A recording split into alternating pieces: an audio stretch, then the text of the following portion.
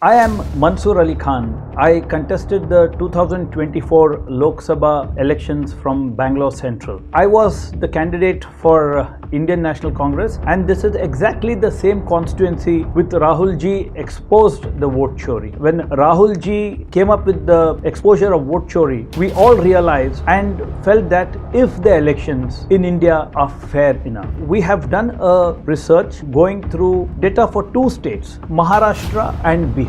For the state of Maharashtra, in our research we found that when election happened, in the ballot voting, the NDA was leading in 141 seats and the UPA was leading by 137 seats. But when actual results came, the NDA won 234 and the UPA got 50 seats. The question is, can there be such a vast difference between the ballot voting and the actual EVM? Further, if you see, NDA polled 2,31,156 vote in ballots and UPA polled 2,30,170. In sheer terms of percentage, NDA got 42.9% vote in the ballot voting and UPA got 42.8 and just a difference of 0.1%. And when you move towards the EVM voting, NDA gets 49.5% of the vote and UPA gets 35.1% of the vote. One more very interesting fact is if you see the past Maharashtra election. For example, total number of voters voted in Maharashtra elections in the past. In 2014 assembly, 5 crore 29 lakh people voted. 2019 parliament election, 5 crore 40 lakh people voted. An increase of voting of 11 lakhs. 2019 assembly, 5 crore 51 lakh people vote. Again, an increase of 11 lakh voters. 2024 parliament elections, 5 crore 71 lakh people voted, an increase of 20 lakh voters. The startling thing, you come to 2024 assembly elections, within 6 months, 6 crore 45 lakh people voted and the increase in voting was by 74 lakhs. Imagine in a matter of 6 months, you have 74 lakh voters voting extra. Whereas approximately in the last 10 years, the increase is 42 lakh voters and within 6 months, the increase is 74 lakh voters. So, it is for you viewers and voters to think, was this possible in Maharashtra? But then after Maharashtra came the Bihar elections. The Bihar elections also had more or less the same issue. If you see the ballot voting in Bihar elections, the UPA led in 143 constituencies, the NDA led in 94 constituencies. And in terms of voting percentage, in the ballot, UPA got 44.6% of the votes, NDA got 39% of the votes. Actually, it was a very election which the UPA was sweeping, if you ask by the sheer numbers. But when the overall voting percentage came out, UPA ended up with 37.9% of the vote and suddenly NDA got 46.5%. And if you again see the pattern, in 2015 assembly elections of Bihar, total voters who voted was 3.77 crores. 2019 parliament election, 4 crore people voted, an increase of 23 lakh voters.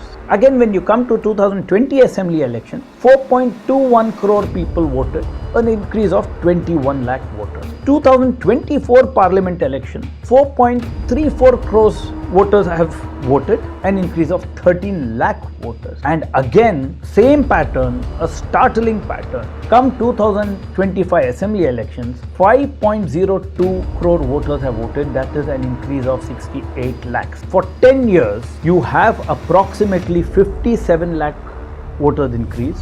And within the difference of parliament and assembly elections in Bihar again, you have 68 lakh additional voters. Again, the question is, and especially to the voters and to the citizens, is it possible? Is it really possible that there can be such a stark difference? And it is duty bound of the election commission to come and give out these answers, because the exact pattern has happened in Maharashtra and Bihar. And with the credibility of election commission eroded, I think the onus is on the election commission to come out and give its version and also be perceived in the eyes of the voters and the citizens that it is neutral. I have explained with figures and numbers how the Maharashtra and Bihar elections raise a question mark where the NDA swept and the UPA was held back, and where there are a lot of doubts whether there was manipulation in the electoral process. Now that the next round of elections are coming in Kerala,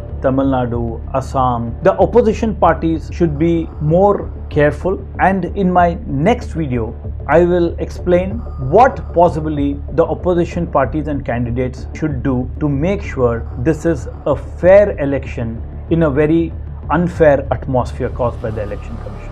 In my previous video, I had explained about the abnormalities which happened in Maharashtra, where there were 74 lakh extra voters within 6 months, and in Bihar 68 lakhs extra voters in 1 year. In this video, I would like to suggest that what the opposition candidates should do during the election day. I'm sure most of you who voted would have experienced that once you go into the polling center, you show your voter ID, then the voter ID is taken, checked, and you sign on a register or you put a thumb impression. Once that is done, your hand is inked and you go and vote in the EVM machine. The register where you sign or you put your thumb impression is called the 17A. That is where exactly there's the evidence that you have come and you voted.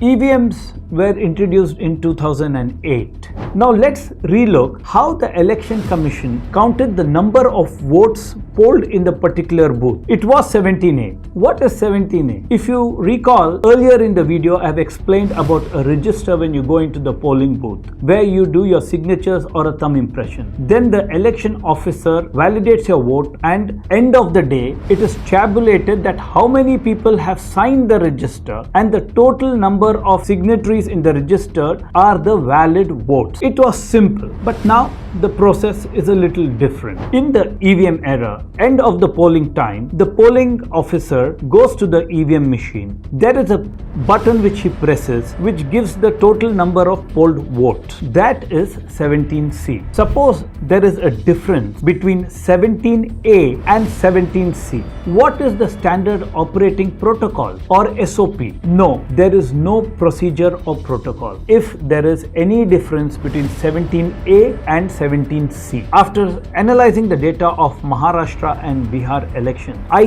doubt there can be a mismatch between the 17A and 17C. What opposition should focus on the upcoming assembly elections? Opposition candidates should finalize at the earliest the polling agents. Train the polling agents so that they can focus on 17A, that is the register, and all voters who enter into the booth should sign the register. Once the polling gets over, first note down the final number in the register, that is 17A. Only after that, let the polling officer show you the final number from the EVM, that is the 17C. If there is a mismatch, make a protest. Make the polling officer to give it in writing, and this is extremely important.